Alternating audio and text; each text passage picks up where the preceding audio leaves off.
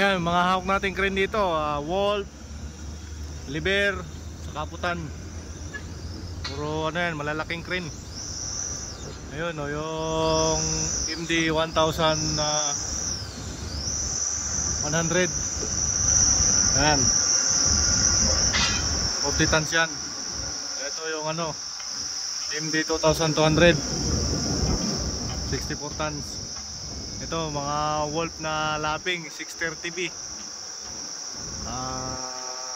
Nakatulay siya, ang maximum niya 28 tons.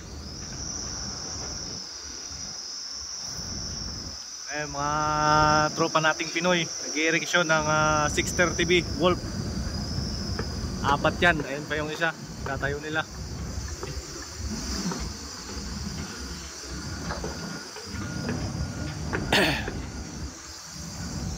Meron pa tayo dito sa kabila na Liber.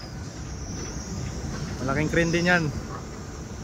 Tapos ayun, yung isa pang 1100 na putan. Tapos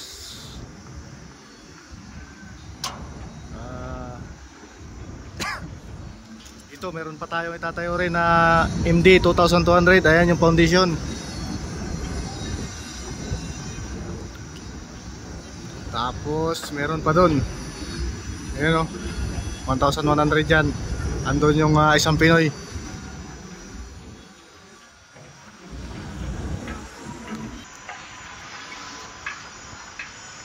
Ayan, marami-rami na yung alaga natin dito ngayon.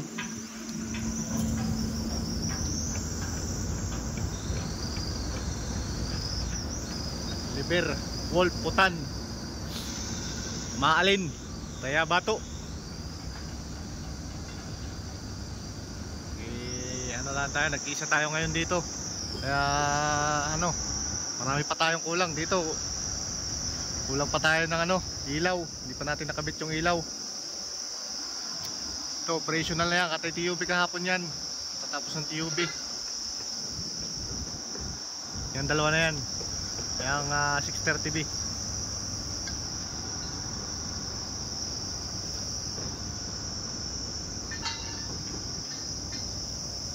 Diyan yung mga Pinoy. Baba.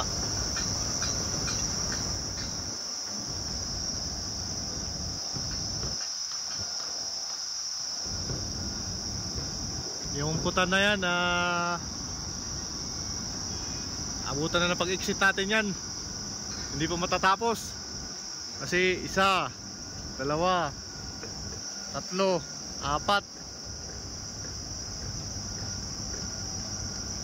Apat pa yung hindi na itatayo na putan. Isang 2,200 at isa, dalawa, tatlong 1,100 pa yung hindi natatapos. Matagal-tagal na bakbakan yan.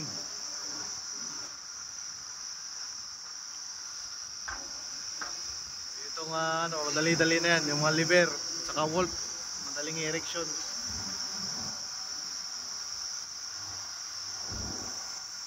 May alaga pa tayo doon sa kabila. Yung Liber na 550, saka isang 630B na laping, at saka 8540 na T-type. Yan yung mga alaga natin dito.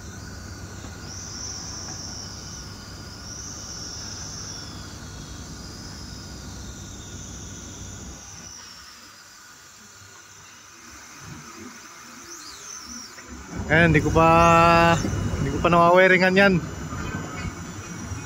Si busy pa.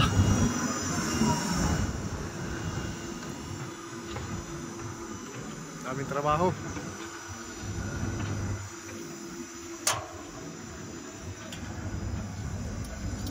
Ito, may sira to. Patay-patay yung trolley.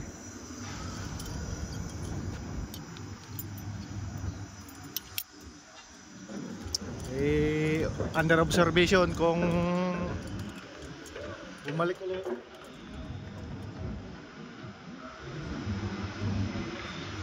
Kung bumalik ulit yung sira niya, magpapalit tayo ng ano,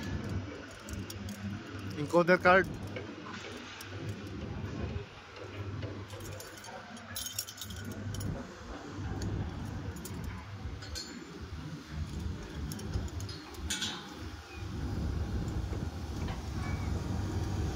Binabantayan ko pa kung okay na siya.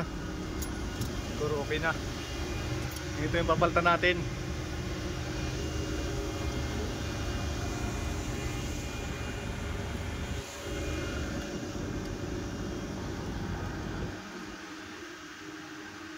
Okay, sige, hanggang dito na lang muna. Kita-kits sa susunod na vlog. Ingat lagi mga kahok.